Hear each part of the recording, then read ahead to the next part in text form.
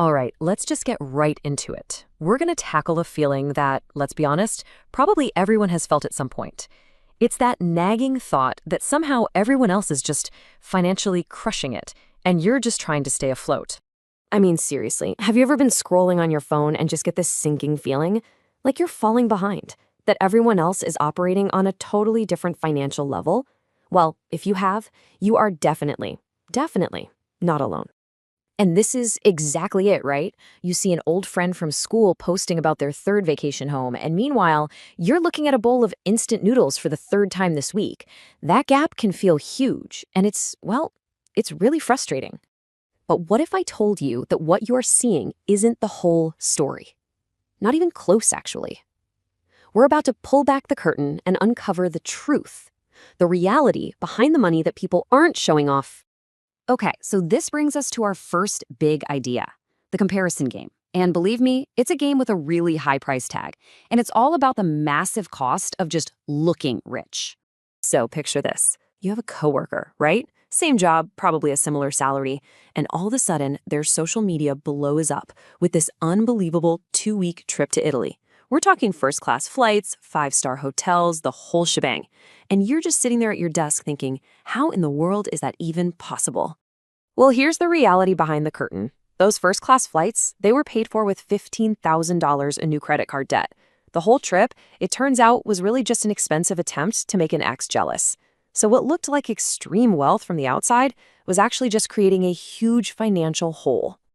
And that's the core of the problem, you know? Our world rewards the stuff we can see. The nice car, the expensive watch, the designer bag, they're status symbols. It's kind of like a peacock's feathers. They're for show. But here's the difference. A peacock can't buy its feathers with a credit card. We can. This whole idea of showing off wealth leads perfectly into our next point, what I like to call the mirage of wealth. This is all about learning to separate high spending from actual success. Just take a look at this number for a second. As of 2024, that was the average credit card debt for a household in the US. That is a huge number, and it tells you that a whole lot of the fancy lifestyle you see out there is being funded by debt, not actual wealth. But here's the flip side, and this is wild. The classic book, The Millionaire Next Door, found that most real millionaires, they live these surprisingly normal lives. They're not the ones in the Ferraris. They're driving used cars. They're shopping at Target. Because they get the fundamental difference between being rich and looking rich. And that's really the big takeaway here. Real, lasting wealth isn't built for an audience. It's built in the quiet, boring, and totally unglamorous habit of saving and investing month after month, year after year.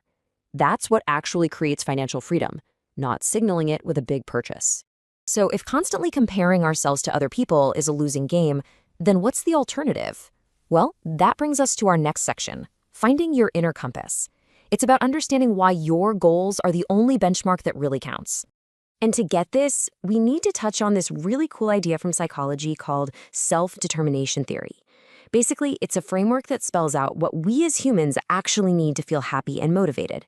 And spoiler alert, it has absolutely nothing to do with what kind of car your neighbor drives.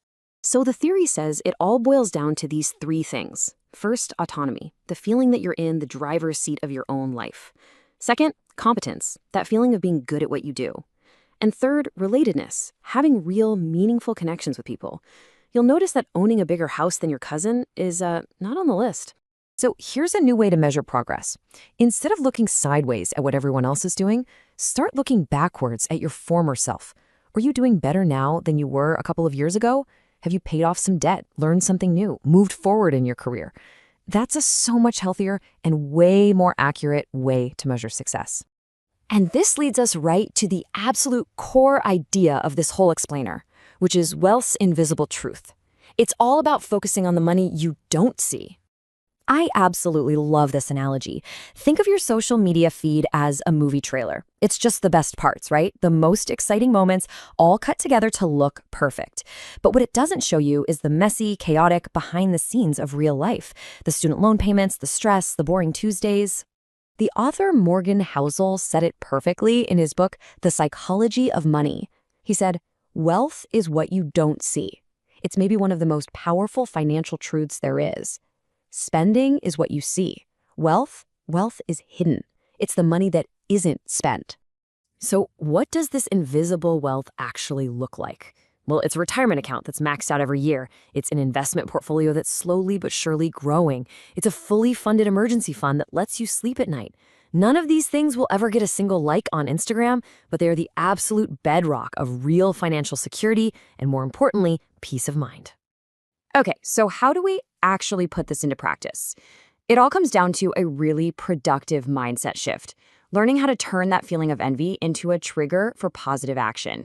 First things first, you have to be aware of a mental trap called survivorship bias. Think about all the hype around stuff like Dogecoin or GameStop.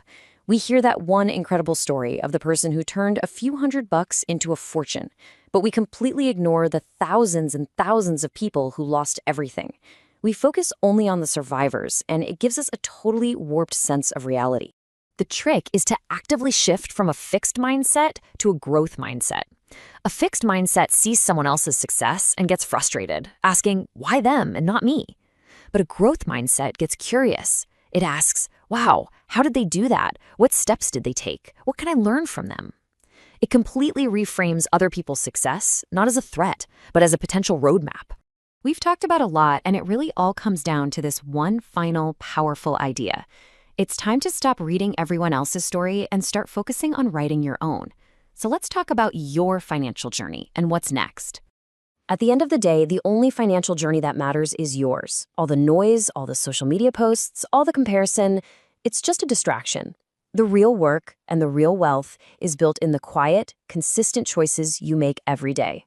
So the question isn't about them anymore. The most important financial story is the one you're writing right now.